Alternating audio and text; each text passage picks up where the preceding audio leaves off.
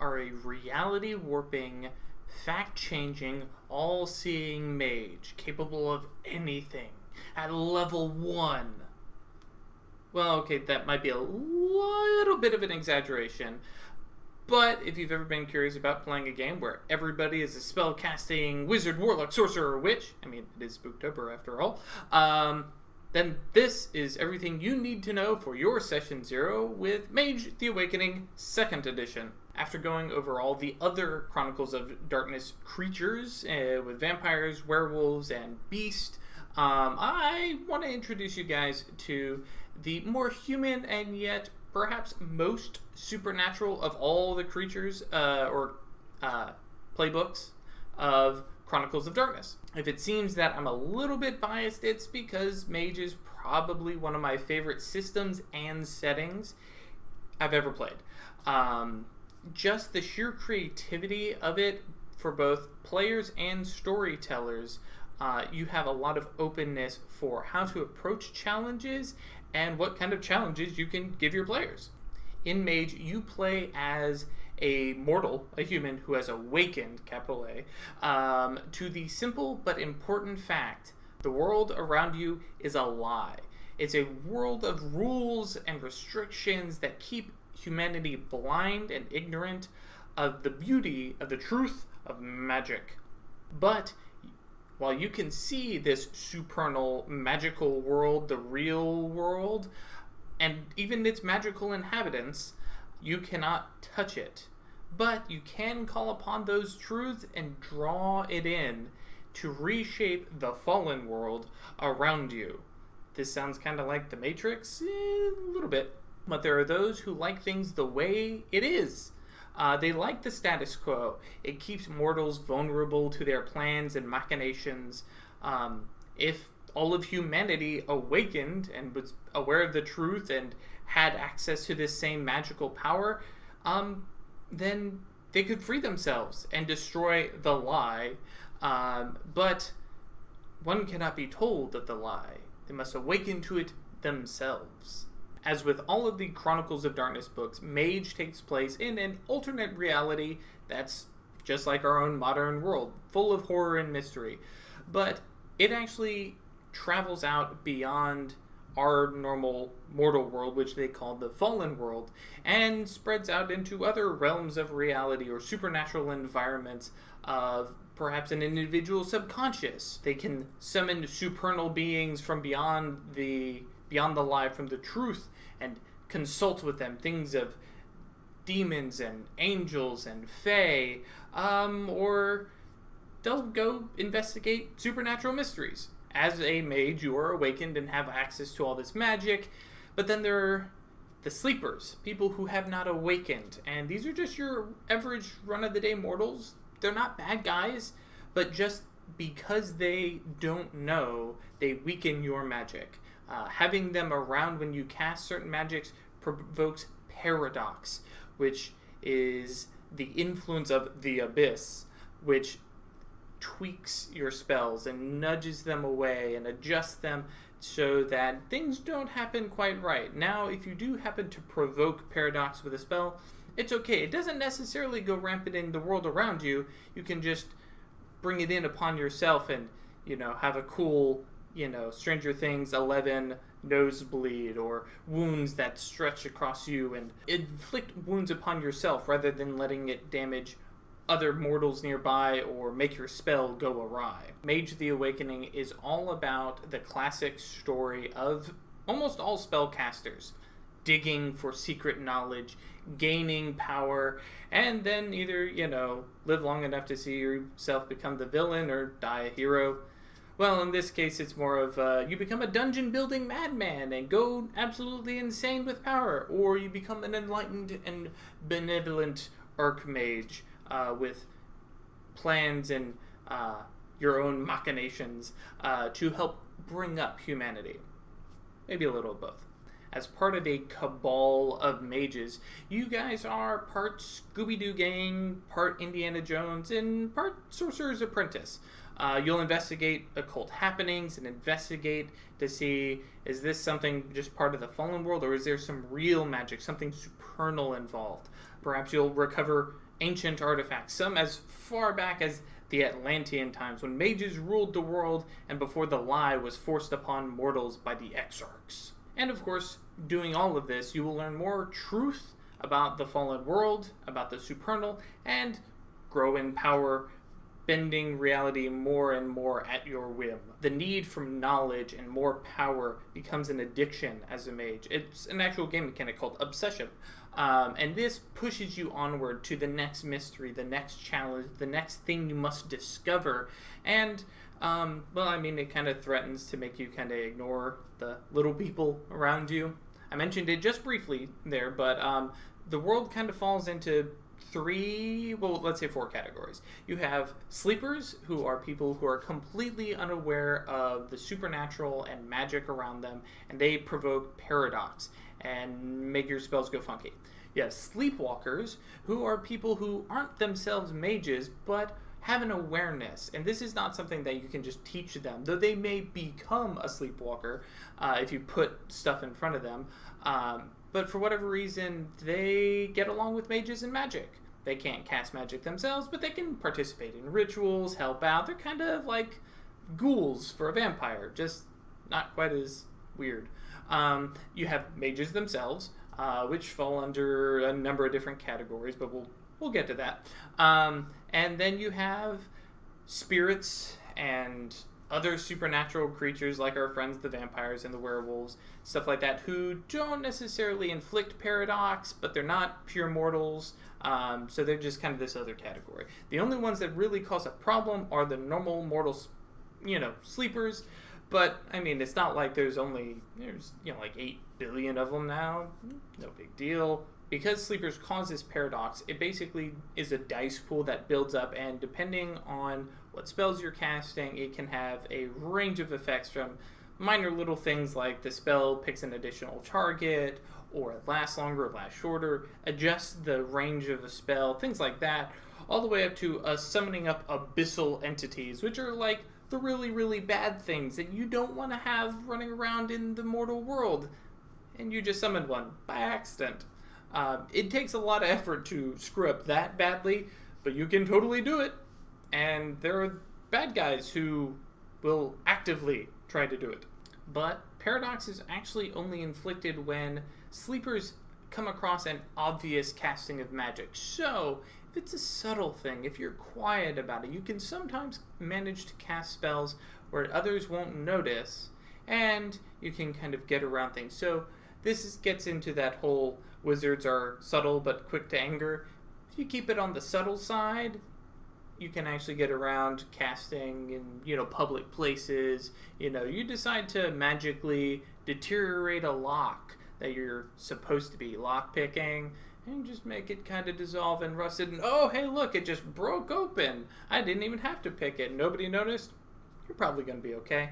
So some of that nitty-gritty stuff kind of covered, and I will actually do a big kind of how to spellcast little tutorial separate video.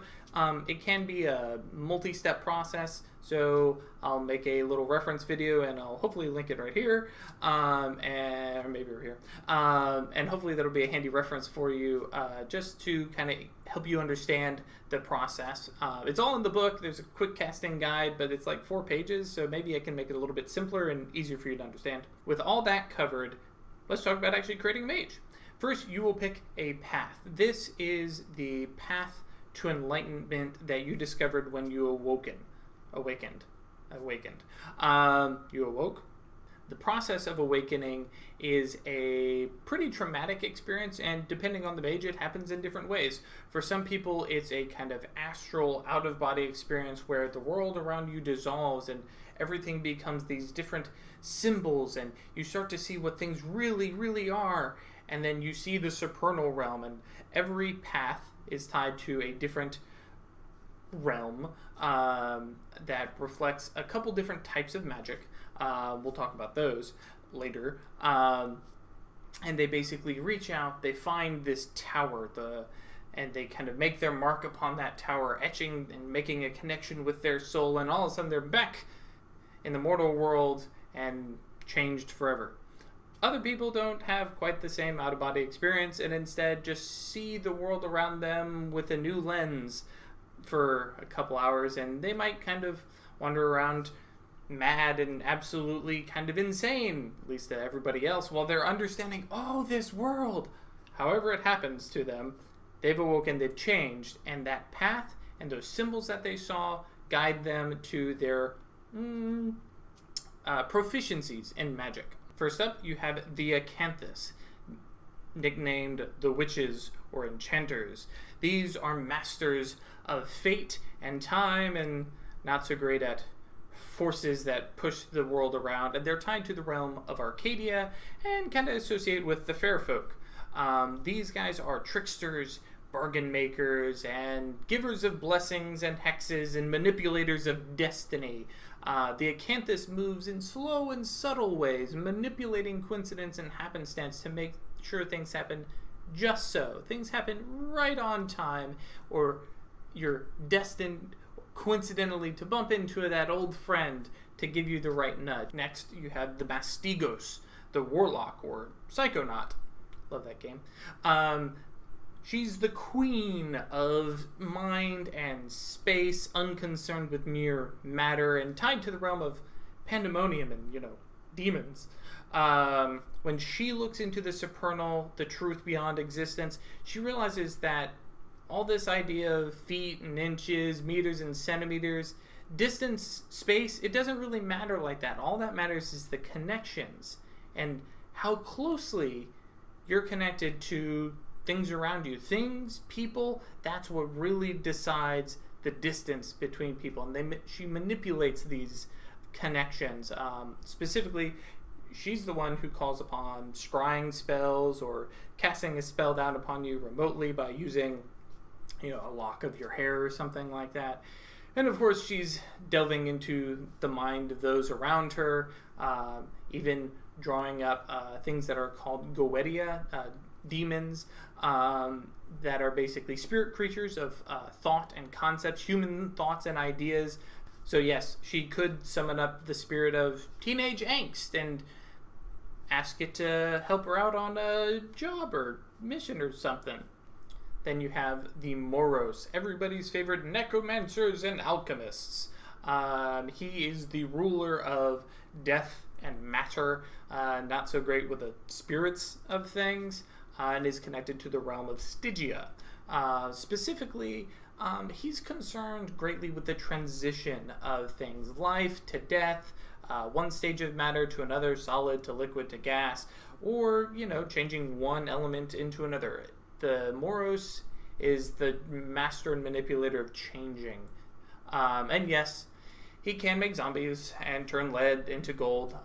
He has some influence over the realm of ghosts, specifically the Twilight, which is kind of like an adjacent realm to our own, where ephemeral things, before they jump out and scare us or are summoned in, kind of float nearby. The Obrimos is also known as the Thaumaturge or Theurgist. These are the scholars of prime and forces, disregarding the tools of death, connected to the realm of Aether. These guys manipulate magic in its raw form, able to draw it right out of magical receptacles or imbue it into items to enchant things. They're magical nerds. And they're the ones also capable of calling down lightning and fire, manipulating the raw forces of momentum and energy. If you're looking for your evocation wizard D&D guys, this is him. Last is the Thyrsus, the shaman or ecstatic. This is the keeper of life and spirit, and kind of not so great with the realm of mind. They're connected to the primal wild, and like werewolves that we've talked about before, you've seen that video, right? The shaman speaks with the spirit of all things, calling them forth. Spirits of a car, spirits of that housing project, spirits of joy, spirits of death, things like that. They're just as likely to, sweet talk a car's engine to actually starting to make a run for it, or to coax a tree to grow, or, just restore a severed limb. No big deal. And like the Moros and Mastigos, they mess with ephemeral beings, specifically those different spirits of the world. Once your mage has awakened to a world, they usually join an order. There are 6/7 orders, but we're only going to talk about 6 of them, sort of. Just stick with me here. You have a primary group of mage orders called the Diamond, and these guys reach back to Atlantean times and kind of pull back some little bits of knowledge that they know of these different organizations and kind of base themselves around those. This is the Diamond. And then there's a 5th order called the Free Council that join them. They become the Pentacle, and these guys are like pro-humanity, let's make everything better. Then you have the Seers of the Throne, and these guys have kind of gone over to the bad side, and they're working with the Exarchs. We'll talk about them in a little bit. Then you have the Nameless Order. These guys didn't join up, or maybe they're just part of a smaller organization somewhere, like some more local. To break them down and decide which one you want to join, first up we have the Adamantine Arrow. These guys are warriors, defenders. They look at magic as being a martial art that should be honed with self-discipline and care. They promote self-sacrifice as a way to serve the supernal and the humanity and everything, because in their mind, the supernal is magic, magic is the mage, and so by serving other things, they serve themselves. Often these warriors will devote themselves to service and special causes and take oaths, and they have several cool little merits that allow them to apply skills in like athletics or melee combat and use those as part of their magic casting.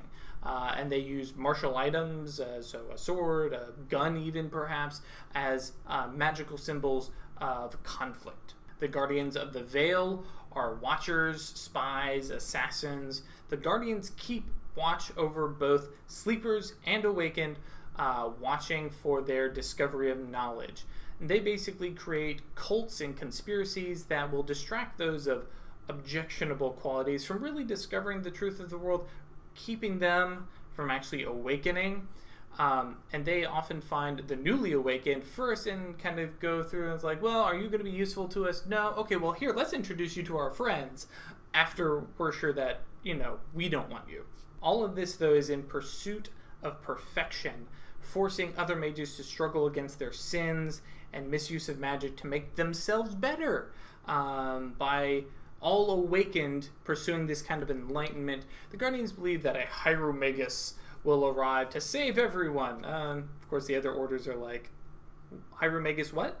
This duality includes a set of merits that a Guardian of the Vale could take that basically allows them to take on additional identities called masks, which provide them with additional skills to use instead of their normal skills, and protections from the backlash of improper use of magic, allowing them to do, they get very ends justify the means kind of things.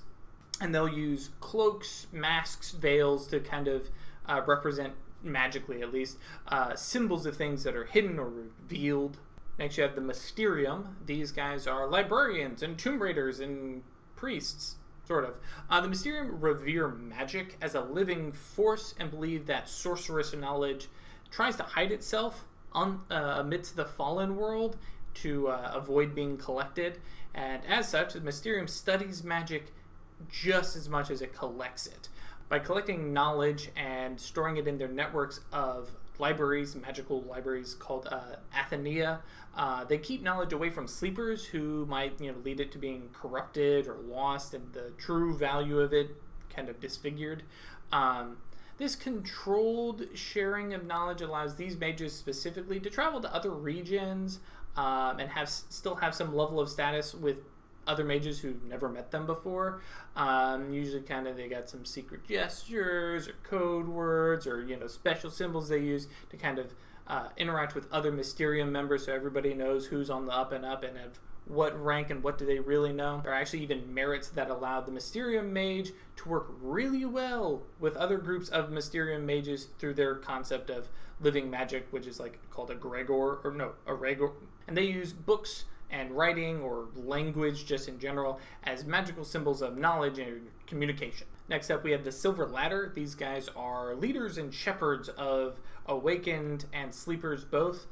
They really believe in the unity of the Diamond Orders and then the Pentacle as a whole when you been the Free Council, and they want to stand up against the Seers of the Throne and the Exarchs in kind of a counterplay to the Guardians of the Vale, who create these labyrinth conspiracy theories that lead people astray.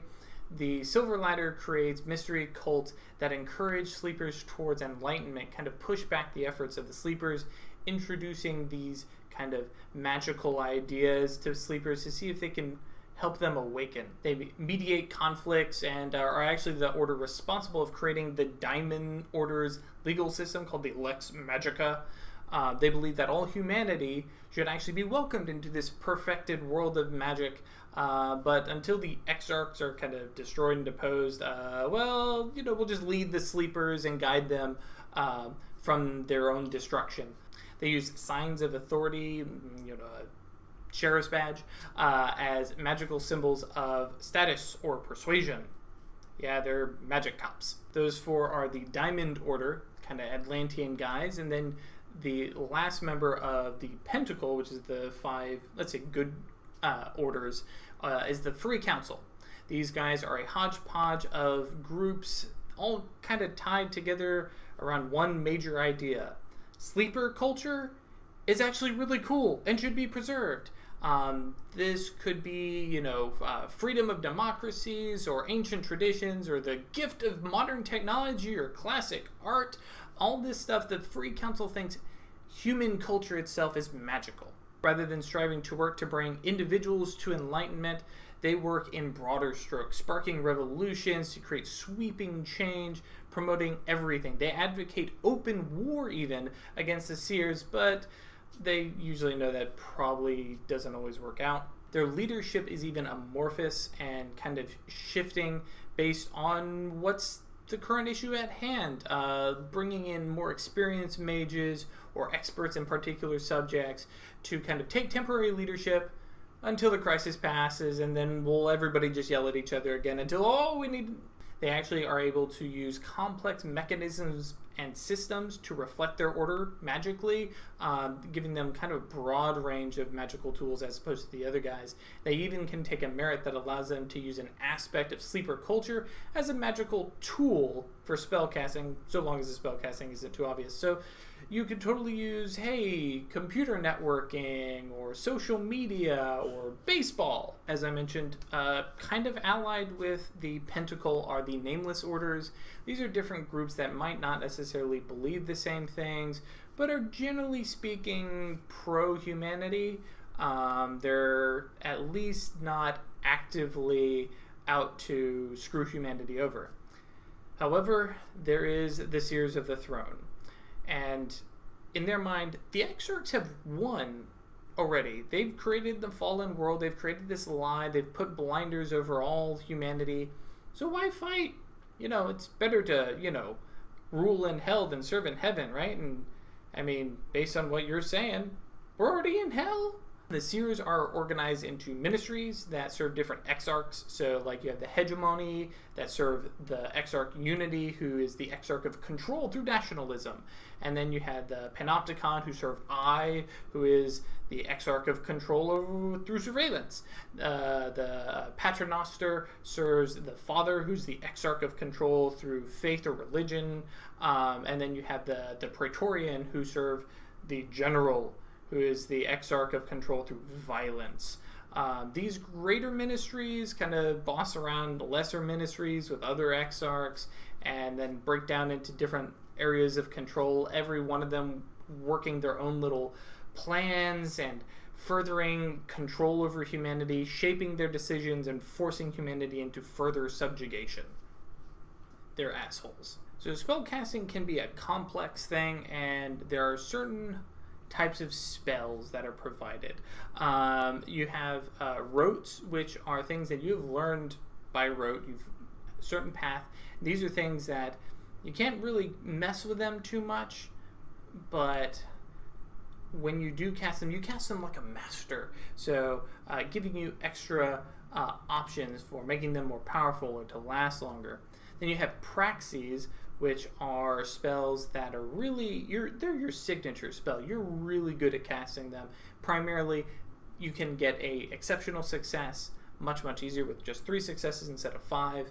You don't get quite as many options to magnify the spells that a rote would, but getting exceptional successes means maybe getting mana back, or being able to push the spell even farther by those exceptional successes.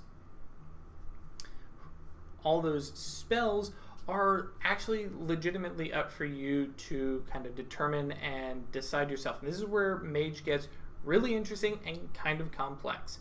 The book does provide a ton of spells to kind of give you an idea of what you are capable of doing at certain levels of magic, but you can totally create your own spells. They have rules for creative thaumaturgy, and you decide, this is what I want to do, and you kind of chat with your DM and decide, okay, can you actually cast that? All right. And then you assemble a dice pool based on the limits of stuff. And again, I'm going to build this all out into a separate little thing at the end of this video, so we're not bogging down the rest of the video. Cool. Notably, for the interest of knowledge of what's going on, when you do cast spells, you have a couple things to take into account. One of them is yantras. These are things that you use to kind of help symbolize the spell. So the classic, well, get somebody's hair, that's a representational yantra. You have a sword. Well, I mean, it's a sword and you didn't hack things, but this could represent cutting through red tape. Based on how many different ways you can look at something as being a tool and representational, you can actually use that to amplify and build up your spell dice pool. So having a collection of these different tools is very useful. And this is also where you get into those magical tools and symbols that I mentioned that the different orders have. They kind of draw on those, and those have some specific bonuses as well. What kind of magic is there, though? Well, I kind of covered them all kind of in a really disjointed thing when I was talking about the paths. But to break them down alphabetically, you have death, which is the transition of things life to death, dealing with ghosts, making zombies, and actually playing with the shadows a little bit sometimes. You have fate, which manipulates coincidence, both to kind of cause problems for people or let people have a lucky day.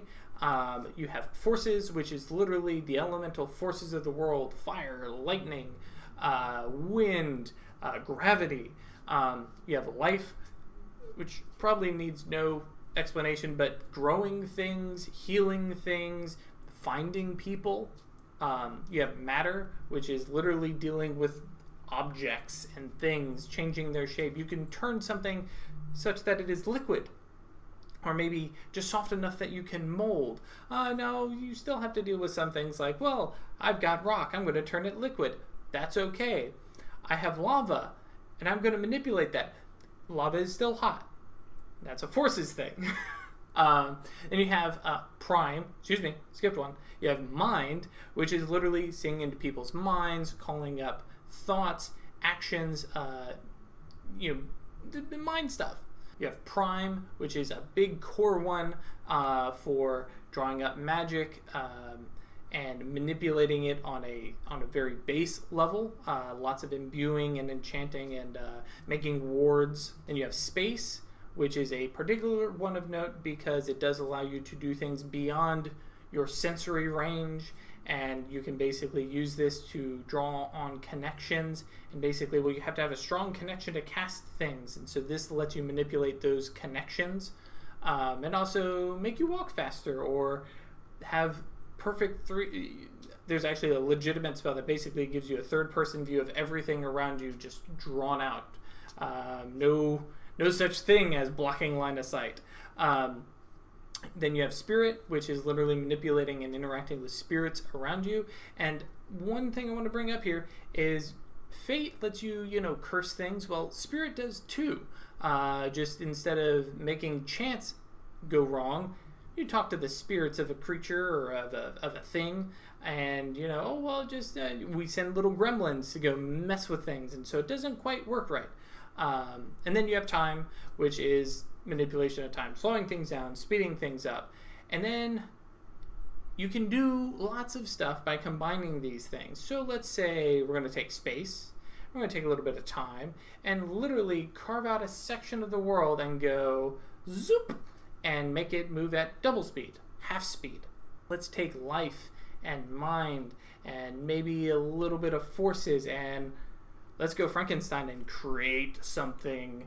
Lots of weird stuff that you can do, especially at the higher levels when you start to combine these things. And a quick last little note before we move on is that a lot of these things enable you to do the same thing, but in different ways. So the classic one is, I'm a flip coin, and I want it to come up heads. Well, the obvious answer is change and manipulate fate. Or you could use forces to control the spin. Or you can use matter to make one side of it heavier.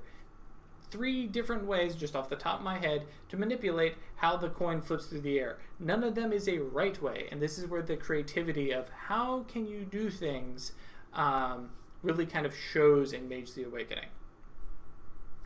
Tied to this knowledge of specific types of magic, you also have Gnosis, and this is your knowing skill. This is like blood potency that vampires had, or the lair stuff that beasts have. This is your knowledge of just everything, and this is kind of your prime stat for manipulating magic. It allows you to make ritual spells cast faster.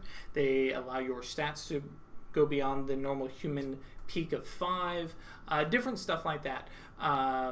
And then as your skills in magic increase, not only do you have those different, like the different things you can do with magic, you have things called attainments, and these allow you, just by their nature of knowing stuff, allows you to do more things, like casting things across space because you have a connection to something, or across time with the time spells. Yes, this is why Mage gets really crazy, because you go, you know what, there is this guy and I really don't like him. I'm going to kill him when he was 12.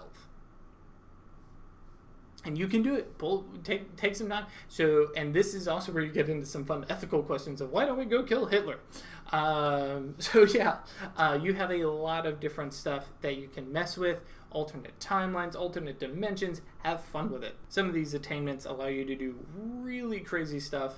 That's where you get into some summoning these creatures from the supernal realms, or becoming immune to certain elemental effects, or just knowing things. Just for instance, even at the 4th level of knowledge for fate, you actually can look around and go, wait, somebody's trying to influence me magically, a magical oath or a supernatural effect, and you can immediately go, oh hey, they're doing that thing, and immediately just spend a little mana to shove it off. Without, just, you don't even have to be aware of it, just knowing that somebody's doing it. Oh, hang on, somebody's messing with me, and just throwing it off. They just do cool stuff. You will notice, though, that in talking about character creation, we haven't talked about an alternative for virtue or your vice. And that is because mages are still mortal. They haven't given up those virtues and vices that they had as normal people. They still have them. But instead of integrity, they have wisdom. And this is not...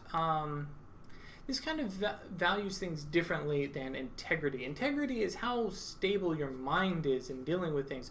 Wisdom is basically a scale of how wise you are in applying your magic. If you're flinging it around left and right with no care for innocent bystanders, you're going to have a problem at the higher levels. But down in the mid-range where most people are, it's actually fairly easy to just, as long as you're being careful with your magic, you'll be alright. It's only the truly terrible who actually let their wisdom get down lower, destroying an awakened person's soul levels of stuff, or summoning forth a pure supernal being and letting it be destroyed by the fallen world. There's a lot of really nasty stuff you could do, but maintaining the middle is the good place. And having this, wisdom helps prevent paradox and helps you control paradox a little bit better, as opposed to going to lower levels where you kind of release it easily and with minor hindrance to you. You also get to design your nimbus, and this is kind of the appearance or feeling people get when you cast magic, and so you can appear more royal or make people feel the encroaching death, or just feel like everything is transitory and shifting and wobbling, all just depending on what you feel. The Nimbus is your own thing, and using it actually allows you to apply conditions or tilts, bonuses or negatives to the people around you who are affected by your Nimbus.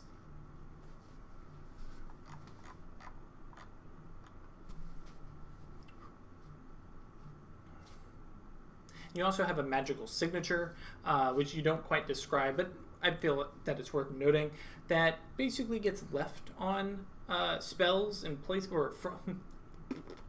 You also have a magical signature. You don't really quite describe this so much as leave it places. When you cast spells, people can recognize and scrutinize and go, oh, that's Longram, he cast this spell. But of course, if you cast it as a rote, and like everybody else, and you learned it out of a book, well, it's really hard to actually tell that you cast it. Thing to be aware of. At the end of the day, Mage is a big detective game, and you get to decide what you're detecting. Are you going to go explore the supernatural creepiness of a haunted house? Are you going to go fight off a vampire incursion because it's ruining the city? Are you going to take a stand up against the Exarchs who are manipulating fate and chance into putting somebody terrible into power? Or perhaps you just say, I'm going to delve into my own psyche and confront old memories, and so they stop affecting me. You can even summon up the entity that reflects your own vice and kill it or chain it, and then you are no longer affected by your vice. Of course, that means that the whole getting your willpower thing back from your vice doesn't quite work. So Mage is a very open book kind of game, and it's up to you as players with your use of aspirations and obsessions and the storyteller to kind of come up with what kind of adventure you want to have. Hopefully I've kept this video short enough that you made it all the way through. I appreciate it if you did. This is the end of Spooktober, so I will see you guys probably not immediately next week for another video soon, and we'll probably go away from Chronicles of Darkness for a while, and we'll come back to it later once I have more books. Until then, guys, keep rolling dice. See ya. So you want to cast a spell in Mage the Awakening, 2nd edition. This is the short and sweet guide to help you learn. That way you can just use the little spellcasting reminder thing in Appendix 4 at the back of the book from now on, hopefully. So because spellcasting is a big thing in Mage the Awakening, what a surprise, getting used to this process as a player and as a storyteller really speeds up the game, helps the process for the whole table. So you're flinging more spells and less flipping through arcane books. That is kind of magey, but that's really boring, isn't it? All right, so this process is if you're using one of the existing spells in the core book or a supplement. If you want to create something that's kind of unique, just on the fly, there's a whole creative thaumaturgy section in chapter 4, lots of 4s, that you have to do first to kind of determine what the spell is, and is it within your realm of grasp, and kind of determine some levels for it. Once you do that, then this is actually how to cast spells. Creative thaumaturgy requires some chit-chat between you and the storyteller. Step 1, pick your spell. Right out of the book, again, no creative thaumaturgy. 2, is this a rote or praxis? If it is a rote or praxis, you get these cool little bonuses. If not, it is an improvised spell. If it's an improvised spell, you actually have to spend 1 mana if it contains a common or inferior arcana for you. So for my personal favorite, the Moros, if it's not death or matter, I gotta spend a mana. If it's death or matter, I'm good. This is a really good reason to check with your allies and be like, hey, can you cast this spell for me instead so I can save some mana? Assign your reach next. Reach is amplifications and modifications that you get from having a high amount of knowledge and then casting something that is actually kind of beneath your knowledge. You get 1 free reach for each dot of Arcanum rating that you have that meets or exceeds the Arcanum rating of the spell. So if you've got just 2 dots in a Arcana, you get 1 reach for a 2-dot spell, or 2 reach for a 1-dot spell. This is actually one of the reasons that rotes are so good, because you act as if you have 5 dots in that. So even a low level 1 is casting a level 1 1-dot spell with 5 reach for free. Now you can reach further and get additional reach if need be, but this adds paradox to the pool, and you can use reach for this kind of stuff. Once you've determined what to do with all that reach that you've got, you need to determine the additional factors of your spell. These will provide dice pool penalties to your final spellcasting roll, but they allow you to change the size of the area that you're affecting, or the duration, or just making it hit harder. Next, you need to determine your yantras. These are the different magical tools or conditions, places that you're at that provide an additional dice pool benefit to your final casting. You are limited in the number of yantras you can use based on your Gnosis, so double check that table. And you can only use 1 for free as a quick reflexive action when you're casting. And any additional ones extend the casting time but 1 turn. But that only matters if you're casting the spell instantly and not as a ritual. As a ritual, obviously, you're spending more than just a few seconds. Make sure that you're doing this step after you determine any negatives from the additional factors, because yantras can provide a total dice pool benefit of +5 after offsetting any negatives from those additional factors. Okay, time to check your total dice pool. Is it looking a little low? If you're casting it as a ritual, you can add additional intervals of rituals to give you an additional die each time, up to a maximum of +5. So with your yantras in this, you could get up to +10. But that does make it take a lot longer to cast, based on your Gnosis. Again, after all that, if you've got a -6, sorry, you just can't cast that spell. It's just too much. Bring it down a notch. But if it's -5 all the way up to 0, even though it's a negative value, you still get a single chance dice. So a 1 in 10 chance to pull it off. Good luck. But don't actually roll your spellcasting just yet. We got a few more steps. If you're good to cast the spell, though, you need to. This is where you would deduct any mana that you need for, like, the inferior common arcana, or to make it an indefinite duration, so it just lasts until somebody comes around to, dispel it. Or you can spend mana to reduce some of that paradox you may have accumulated from reach or casting it around sleepers. Your Gnosis is very important for this as well, because you can only spend so much mana per turn. So again, if you're casting instantly, this might extend out the time you need to build up power and go all Son Goku and summon up a Spirit Bomb kind of thing, right? Okay, now to determine what to do with that paradox you may have accumulated through all this process. If you've accumulated even 1 point of it and then gotten rid of it through spending mana or using a dedicated magical tool, there's still a chance die on that paradox pool, so we got to determine what to do with it. You can either contain it in yourself and use your wisdom to hold it in, or you can use, the environment and just throw it out there, and who cares. Roll your paradox pool, and then based on whether you're containing or releasing, you'll determine the next steps.